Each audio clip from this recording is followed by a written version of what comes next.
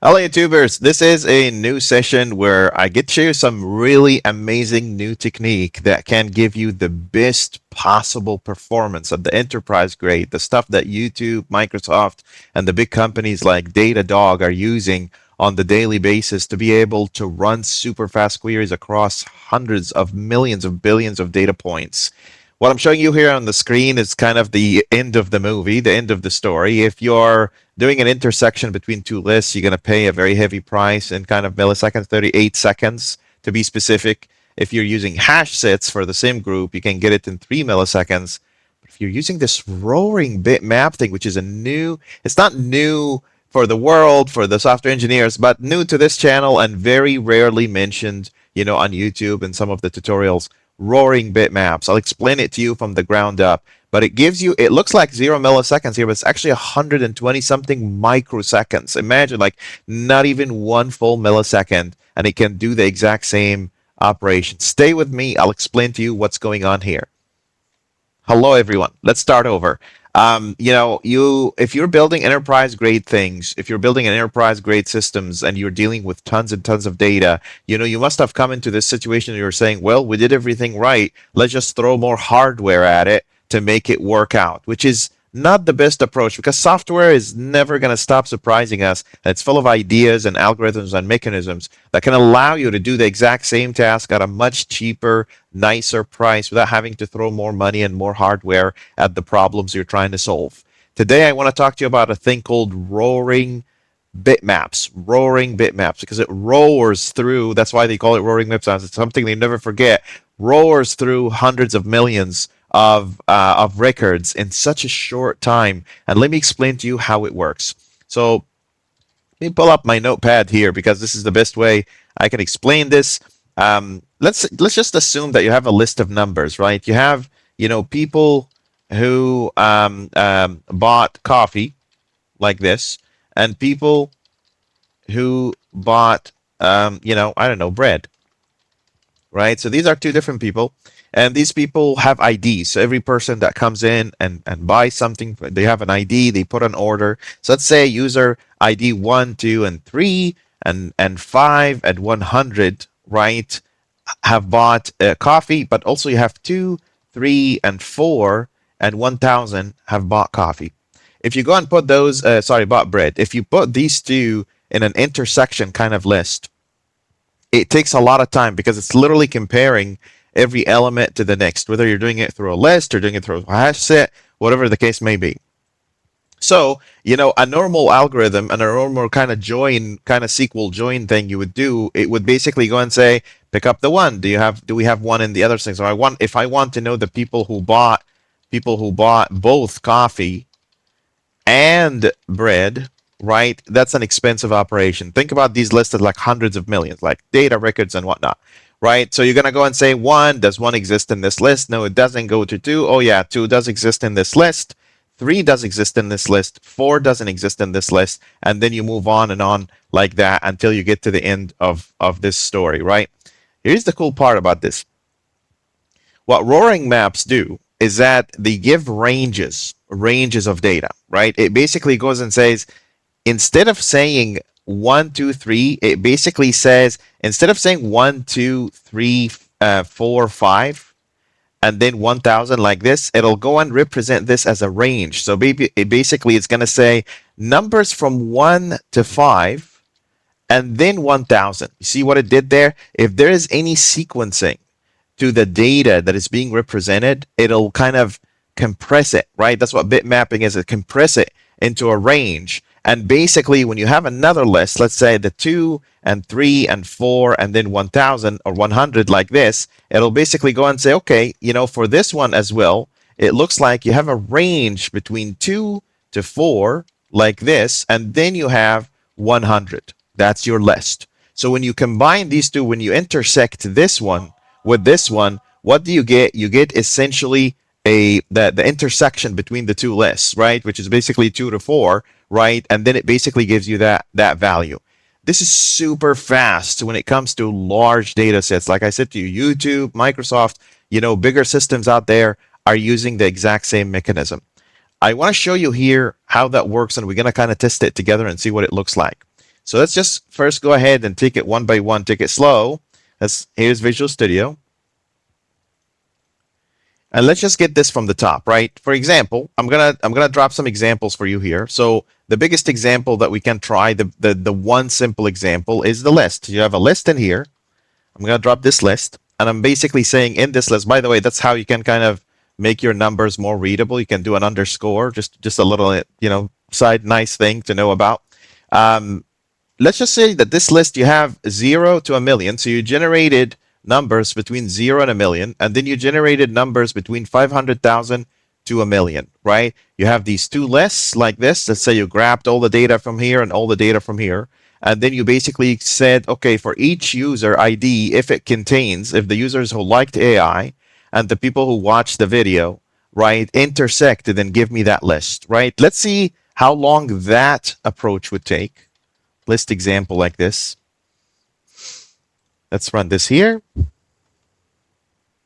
Let me do this. There we go. It's got to take exactly about 38, seconds, or 38,000 milliseconds, because that's literally what I was showing you a second ago. Give it a second there. While it's doing that, let's go build the other one, right? So let's do the HashSet. That's the smart people stuff. That's what they used to kind of do the interviews for. So I'm going to go and do a HashSet in here. This is the HashSet example. And the HashSet basically is doing the same thing. You have from 0 to 1,000,000, and then 500 to 1,000,000. And then you're basically saying, go ahead and find the users that intersect with each other, and then stop the stopwatch and show me what the result is, right? Is our guy here ready? Yeah, it is. So look at this. The list approach took about 43 seconds. That's 43,000 milliseconds to do that intersection. Let's see what the HashSet will do. Let's go with the HashSet in here. So I'm going to go and say HashSet example like this. HashSet is example. Here we go.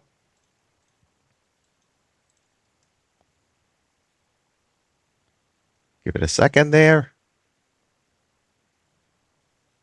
And while it's doing that, I just want to kind of like highlight that, the examples here will like really clearly show you what's going on, because the sequencing, right? The sequencing, it's turning it into one range. Remember the example that I was just showing you a second ago with the ranges and whatnot. So it works really best when the numbers are not sparse and they're kind of coming in sequence and whatnot. And there's always this range. There's always this capability that you can take a look at. But let's just see our friends here. Yeah, there you go. So imagine this. Look at the huge difference between this. And that's what pretty much every software engineer that I've ever met has settled on. Use hash sets, don't use sets, lists, and it's going to give you the best performance. Never in a million years have I imagined that there will be something even faster than this. And that's what I'm going to be building with you today, right? Now, let's talk about these roaring bitmaps. Let's see what these roaring bitmaps look like. So I'm going to go ahead in here and add a NuGet package. I've already added it here in this project. The NuGet package is called roaring.net. It's basically a wrapper around the C roar kind of library that is for .NET. I think there's a couple of other better approaches out there, but these ones are not bad at all.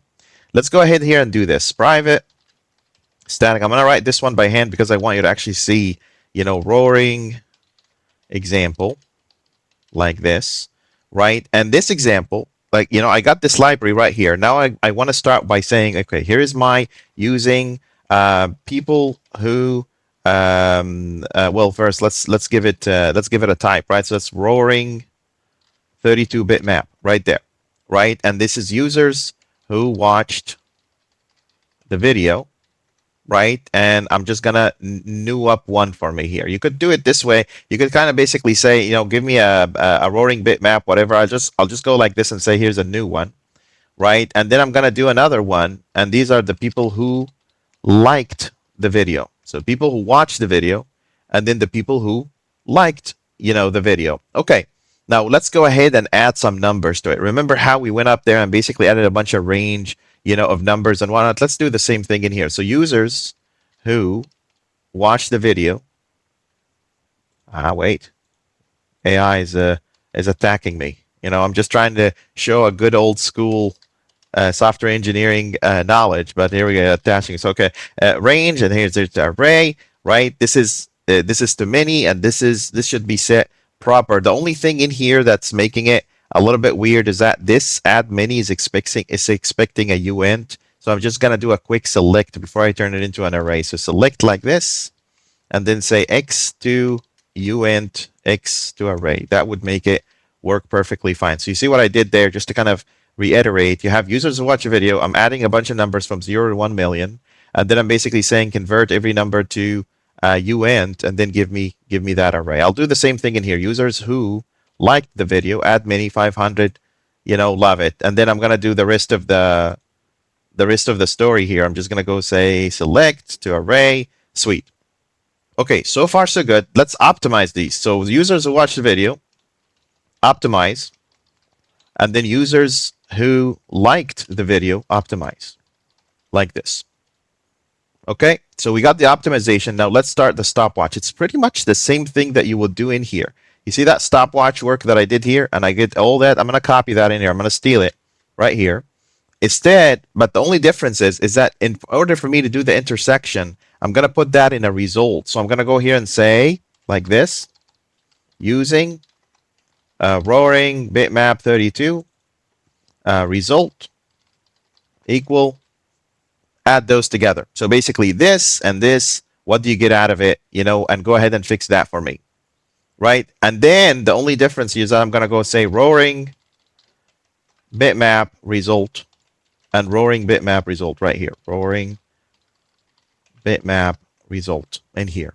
You got to be mind blown to see this, because what's happening in here is that now that I have the stopwatch, I get to show you kind of the elapsed milliseconds, and it's going to show you it in zeros. And then I'm going to show you it in microseconds, right? So this is the roaring example right here. Just watch how fast this is. As soon as I launch the program, it's probably done. There you go. I didn't even I didn't even try. It already did it. But there's one thing that's not correct here. It's basically saying the result count is 100,000. Now it shouldn't be 100,000. This is wrong. Let me go back here and see. So this is 0 to 1 million, 500,000 to 1 million. And then users, there you go. That's why you shouldn't rely on AI. So it's result.statistics.count. That's better. Now we should get that 5,000 number or 50,000 number or 500,000. There you go. 500,000, the exact same result. Remember how slow the first one is. And then the second one's a little bit slower. This one is saying 0 milliseconds. Let me show you why it's 0 milliseconds. If I go here and say elapsed time dot microseconds or total microseconds, I'm going to say here microseconds. There's a way to represent microseconds. I think it's eta or something like that. I don't remember. But now if I run this, just to show you that it's not really a zero, watch this. It's 99 microseconds. 99, like not even 10%. Of what, like it's essentially if the hash set is 3 or 5 milliseconds, that's 5,000, right? You're getting 99 out of it. 99. Imagine that kind of performance.